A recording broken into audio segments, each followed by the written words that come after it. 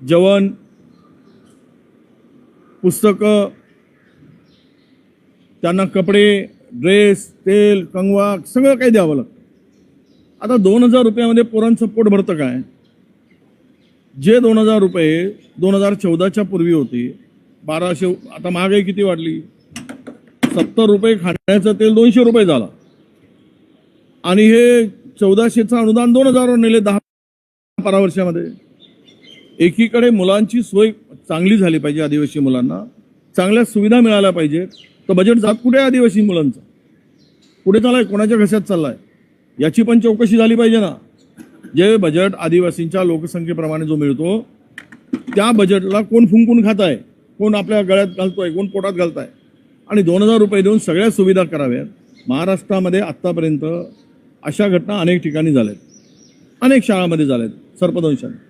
परंतु संचालकांच्यावर गुन्हा दाखल झाल्याची पहिली वेळ.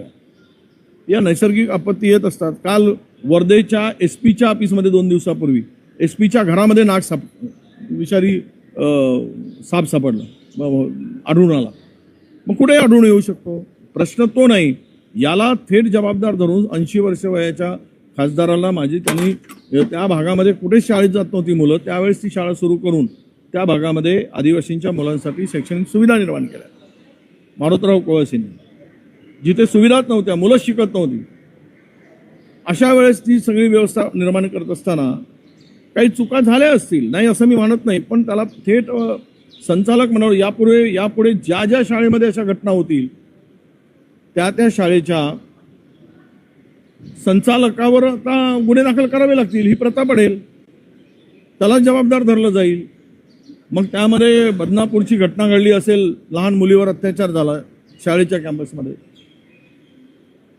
त्या मुलींचं शोषण झालं, त्यावेळेस त्या संचालकावर गुन्हे दाखल करण्याची हिंमत दाखवली नाही सरकारने. का? तर तो संघी होता म्हणून, RSSचा होता म्हणून. अरे सगळ्यांना समान न्याय द्या ना, आम्हाला कोणालाच विरोध नाही. त्यांनी जे काही चूक केल्या असतील कारवाई व्हावी. पण ज्या पद्धतीनं तुम्ही तिकडे सुविधा देऊन त्या मुलांसाठी हे वाढवून द्यायला पाहिजे. बरं, तिथे 3-4दा व्हिजिट झाल्या, त्याचं इन्स्पेक्शन झालं, त्यावेळी असा कुठेच उल्लेख केला नाही की ते कार्ड दिली पाहिजेत, बेड दिला पाहिजेत. मग ही अधिकाऱ्यांची जबाबदारी नाही तिकडे काय व्यवस्था निर्माण कराव्यात किंवा तिथे त्याला काय सुविधा द्याव्यात, त्यामध्ये त्यांनी का नाही आक्षेप नोंदवला? आणि कुठल्याही आश्रमशाळेमध्ये बेड नाही आहे. महाराष्ट्रामध्ये 1000 आश्रमशाळा आदिवासी विभाग चालवत आहे. जरा दाखवावं त्या मंत्र्यांनी आणि सरकारने कुठल्या शाळेमध्ये बेड आहेत, किती शाळेमध्ये बेड आहेत. आता अशी घटना झाल्यानंतर हे होऊ नये दुर्दैवानं. अशा घटना घडून आदिवासी दिनाच्या दिवशीच जागतिक ही घटना घडली. त्यामध्ये हे फार मोठी दुर्दैवाची घटना आहे आणि निष्पाप मुलींचं त्यामध्ये जीव गेला. पण या सुविधा देण्याचं काम कोणाचं आहे? तेवढं संस्था चालकावर ढकलून काय 2000 रुपयामध्ये? 2004च्या नियमानुसार आदिवासी आश्रमशाळा उघडतानाच बेडची व्यवस्था करून देणं अपेक्षित आहे, असं आदिवासी विभागाने सांगितलेलं आहे की तुम्ही आश्रमशाळा उघडतातच बेडची व्यवस्था करून. मला सरकारला हाच प्रश्न आहे. अनेक मंत्र्यांचे, अनेकांच्या आश्रमशाळा आहे, अनेक राजकीय लोकांच्या आश्रमशाळा आहे. कुठल्या आश्रमशाळेमध्ये बेड आहे याचं सरकारने डिक्लेअर करावं. किती आश्रमशाळामध्ये बेड लावले आहे, तरी पण त्यांना अनुदान का मिळत होतं, का दिलं जात होतं, याचंही उत्तर मिळालं पाहिजे ना. करायचं आहे. आता खडबडून जागे होऊन एखादी घटना घडल्यानंतर आपण सगळे जागे होतो आणि तिथून काहीतरी कारवाईसाठी पुढे येतो. पण आज आदिवासीच्या लोकसंख्येप्रमाणे जो बजेट मिळतो तो 30% सुद्धा खर्च होत नाही, दुसऱ्या विभागाकडे वळवला जातो. त्यावेळेस तुम्हाला काहीच वाटत नाही. तेच जर पैसे इथे लावले असते तर आदिवासी मुलांना उत्तम दर्जाचं शिक्षण देता आलं असतं. तालुका स्तरावर काढा ना माध्यमाच्या शाळा, एकलव्यसारख्या, जे संकल्प केला होता एकलव्य शाळा, तशा काढा. एकलव्य शाळेचा कन्सेप्ट कोण आणला? आम्हीच आणलेला होता. तशा पद्धतीच्या शाळा उभे करा. आणि मला वाटतं की आदिवासी आश्रमशाळा सगळ्याच बंद केल्या पाहिजेत. करायचं आहे तर सुविधा नाही, लावा. 6 महिन्याची मुदत द्या, नाही सुधारले तर बंद करून टाका. आणि सरकारने त्याची जबाबदारी घेऊन त्या शाळा चालवल्या पाहिजेत. एकीकडे सरकारी वसतिगृहामध्ये आदिवासींच्या एका मुलावर 6000 रुपये 7000 रुपये खर्च केले जातात आणि त्या संस्थेला मात्र 2000 रुपये दिले जातात. हा फरक आहे ना. ह्या फरक भरून काढा आणि मग त्या संस्थेला झोडपून काढा, असं माझं मत आहे. ओबीसी संदर्भात नवीन आकडेवारी झाली की मनोज 58 लाख नोंदीचा दावा करतात. खरं तर त्यातल्या 37 लाख नोंदणी या 1987 ते 2023च्या दरम्यानच्या. असं एक याच्यावर पांघरून कोण घालताय मला माहीत नाही.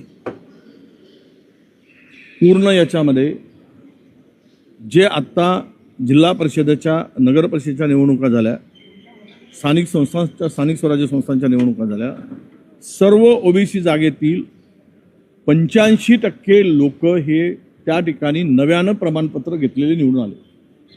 हे कोणी पाहिलं? तिथला मायक्रो ओबीसी असेल, छोटा समाज असेल, त्या समाजाला तिकडे अजिबात संधी मिळाली नाही. तो या सगळ्या स्थानिक स्वराज्य संस्थेपासून वंचित राहिला. या निवडणुकीतून त्याला तिकडे संधीच मिळाली नाही. ही कोणामुळे झालं? हे जे चाललंय ना, इतक्या मोठ्या प्रमाणामध्ये प्रमाणपत्र द्यायचा. कोणी म्हणतात त्याच्या पूर्वी झाले असतील, आता जरांगेचं काही नाही. ठीक आहे, जरांगे अनेक मराठा समाजाची मुलं म्हणतात की जरांगे समाजाचं नुकसान करताय. मराठा समाजातील मुलं आता बोलायला लागली, कारण EWS मधून जवळपास 80-85% वाटा त्यांना मिळायचा. तिथून आता त्या सवलती बंद झाल्या त्या ओबीसीच्या त्यांच्या धोरणामुळे. अनेक पोरांना त्यातून नुकसान भोगावं लागतं आहे. पण मला एवढंच म्हणायचं आहे की हा वाद पेटवत असताना जरांगे पाटलांनी त्यांचा तो वाद त्यांना माहीत, मी त्याच्यावर बोलणार नाही आणि तो काही त्याच्यावर बोलण्याची आम्हाला गरजही नाही. पण प्रश्न असा येतो की या लोकांनी सरकार म्हणून का झुकते आहे, का मान वाकवून त्याच्या दरवाजात जाते? एवढी लाचारी सरकार का बघ? एवढं म्हणजे निष्क्रियपणा आहे की किंवा यांचं हे सरकार बनून एवढा त्यांच्या आंदोलनाला का घाबरते? आणि आज जे ते वक्तव्य करत आहेत बावनकुळेवर वक्तव्य, म्हणजे महसूल मंत्र्यावर ते बोलावं, याचा अर्थ असा आहे की मंत्र्यावर दबाव टाकणं आणि त्या दबावातून ज्या जात पडताळणी समिती आहेत त्यांच्यावर दबाव टाकायचा आणि मग त्या सगळ्या व्हॅलिडिटी क्लिअर करून घ्यायच्या.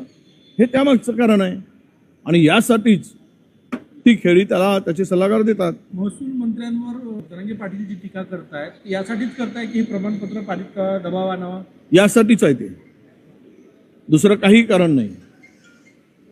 अरे कोणीही मंत्री असेल ते रिमार्क देणारच ना, चौकशी करा म्हणून सांगणार. त्यामध्ये काय एवढं त्यांना टार्गेट करायची गरज होती? पण ह्या मागे त्याचा उद्देश एवढाच आहे की व्हॅलिडिटी करत असताना त्या व्हॅलिडिटी समित्यावर ज्यांना कशी ज्युडिशरी पॉवर आहेत त्यावर दबाव टाकून आपलं इगी साध्य करायचा प्रयत्न करत आहे त्यांचा. हो, विनोद तावडे आणि सुप्रिया सुळे काल एका गाडीत प्रवास गेल्या काही दिवसातल्या राष्ट्रवादी पवार गटाच्या ज्या हालचाली आहे त्या एनडीएच्या जवळ जाताना दिसत आहेत. तुम्ही कसं बघताय याच्यावर? आता आम्ही यावर काही बोलण्यापेक्षा फार काही वाट बघायची गरज नाही आहे. जे काही त्यांच्या मनात आहे ते क्लिअर होईल. ते म्हणतात की आमचा असा उद्देश नाही, आम्ही विकासासाठी भेटतो, याच्यासाठी भेटतो, वारंवार भेटत आहेत. त्यामुळं यावर आता एखाद्या गाडीमध्ये बसून दोघे नेते गेलेत म्हणजेच ते त्यांचं काही मनात आहे असं मी मानायला तयार नाही. आणि काय त्यांच्या भूमिका आहेत त्या भूमिका आज जरी काही सांगत नसणार तरी पण उद्या त्या भूमिका त्यांच्या स्पष्ट होणारच आहेत. त्यामुळे आम्ही वेट अँड वॉचच्या भूमिकेत आहोत. राज्यभरामध्ये रोडवर खड्डे पडलेले आहेत उपपंतप्रधान व्हायचे मात्र मोदी आणि 5,000 कोटी शिवसेना विकली असाही आरोप त्यांनी केला. 5,000 कोटी शिवसेना. आता कोण मला काय बोलायचं ते कोणाला कोणी विकलं, सगळा बाजारच मांडला आहे. म्हणजे मी सांगितलं की राजकारण महाराष्ट्रातलं असो ते की देशातलं असू दे, वेश्यालाही लाजवेल अशा प्रकारचं ती तरी बिचारी पोटासाठी करते. पण हे तर मात्र सगळं आपलं हेच अस्तित्वच विकून टाकतात. ती मजबुरीनं करते ती बिचारी. पण ह्यांना सत्तेचा लोभ, धनाचा लोभ, त्याच्यापेक्षा हे फेकले आहेत असा त्याचा अर्थ होतो. त्यामुळं 5,000 घेऊ देत, कोणी 10,000 कोटी घेतले त्यावर विषय नाही. पण तुम्ही जे म्हणलात की त्यांना कोणाला उपमुख्यमंत्री व्हायचं आहे, कोणाला मंत्री व्हायचं आहे, तो उपपंतप्रधान व्हायचा आहे, तो भाजपचा प्रश्न आहे. तर आम्हाला काय करायचं? कोणाला पंतप्रधान करतील, कोणाला काय करतील, कोणाला खड्ड्यात टाकतील, कोणाला वर नेऊन उचलतील, तो त्यांचा प्रश्न आहे.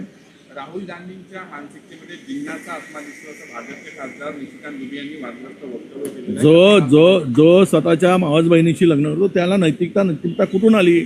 त्याला बोलण्याची गरज नाही. अशा थर्ड क्लास फेकल्या माणसाचं नाव घेण्याची पण आमची इच्छा नाही, ज्याच्यामध्ये संस्कार नाही, संस्कृती नाही, काही भान नाही सामाजिक.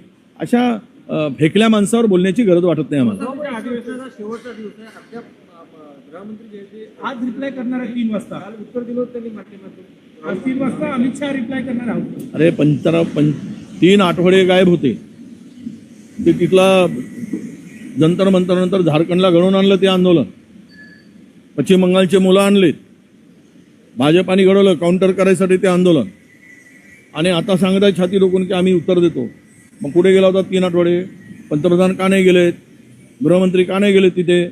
का उत्तर दिलं नाही? का हाऊसमध्ये चालू असताना गेले नाही? आणि आता शेवटच्या दिवशी जायचं ताकद हे दाखवत आहेत. तर राहुलजींनी सांगितलं ना, पहिले माफी मागा आणि मग उत्तर द्या.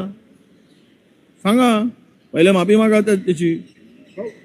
संपूर्ण राज्यामध्ये एक ट्रेंड पाहायला मिळतं. अनेक शाळकरी मुलं त्यांना शाळेत जाणारे जे रस्ते आहेत त्याची दुरावस्था सोशल मीडियाच्या माध्यमातून मांडत आहे. नाही, आता मला असं सरकारला सांगणं आहे की सर्व ज्या शाळा आहेत ग्रामीण भागातील त्या आता नव्यानं बांधणारा जो शक्तीपीठ आहे त्या रस्त्याच्या बाजूला आणा आणि समृद्धीच्या बाजूला आणा. म्हणजे जेवढे हायवे आहेत त्याच्या बाजूला सर्व शाळा उचलून आणा, म्हणजे रस्त्याची गरज पडणार नाही पोरांना शाळेत जायची. जो पैसा चालला आहे तो कमिशनखोरीमुळे या मोठमोठ्या प्रोजेक्टवर चालला आहे. गावातले लोक मेले काय, वाचले काय, खड्ड्यात पडले काय, यांना अजिबात लाज वाटत नाही. लाज शरम विकून खाली आहे सरकारने. म्हणून हे सगळी अवस्था महाराष्ट्राची झाली. रस्त्याची चाळण झाली आहे, त्याला हे सरकार दोषी आहे. इन्फ्रास्ट्रक्चरच्या नावावर सगळा पैसा तिथे चालला आहे. 5-5, 10-10 हजार कोटीचे पॅकेज आणि मोठमोठे कॉन्ट्रॅक्टर 25-25, 40-40% कमिशन. आणि ते कोलॅप्स होत आहेत, पडत आहेत, खड्डे पडत आहेत, पूल पडत आहेत. आणि हे सांगणार हे टेक्नॉलॉजी ते टेक्नॉलॉजी. कायची टेक्नॉलॉजी आहे? भुरक्याची टेक्नॉलॉजी आहे. कसली टेक्नॉलॉजी आणताय आणि कोणाला मूर्ख बनवत आहे? हे मूर्ख बनवायचे धंदे आहेत कमिशनखोरीमुळे. मनोज जरांगे मुंबईमध्ये आंदोलन करण्याचा इशारा दिलेला आहे. कुठेतरी पुन्हा एकदा वर्षा निवासावर जाऊन आंदोलन करतील अशी शक्यता व्यक्त केली जातात. ते सरकार बघेल आणि तो जरांगे बघेल. मला काय ते आम्हाला कशाला त्याच्यात पडायचं आहे? कोण कोणाची जिरव ते जिरवा, एकमेकाची जिरवा. ते पहिले म्हणतो ना पाणी अडवा पाणी जिरवा. तर सरकारमध्ये दम असेल तर त्याची जिरवेल, याच्यात दम असेल तर सरकारची जिरवेल. एकामेकाला जिरवा. फक्त आमचं नुकसान करू नका ओबीसीचं, एवढंच त्यांना सांगणार. धन्यवाद.